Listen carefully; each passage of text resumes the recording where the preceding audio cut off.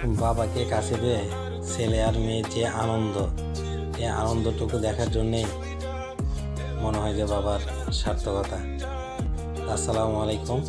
প্রায় দীর্ঘ 2 মাস পরে বাসায় আসলাম। হঠাৎ করে আমার বাবা অসুস্থ হয়ে যায়।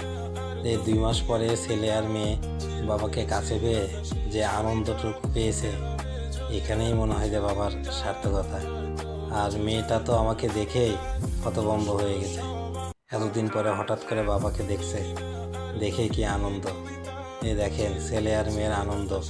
সব বাবা এতটুকুই প্রত্যাশা করে।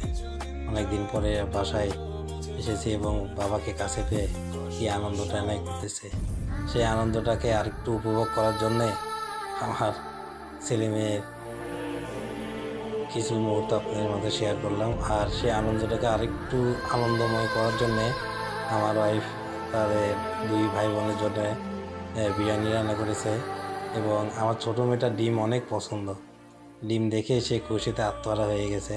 তো বড় ভাইটা শুধু বারবার দেখাচ্ছে ডিম। তা সবাই দোয়া করবেন আমার ছেলে আর মেয়ের জন্যে। সালামু আলাইকুম।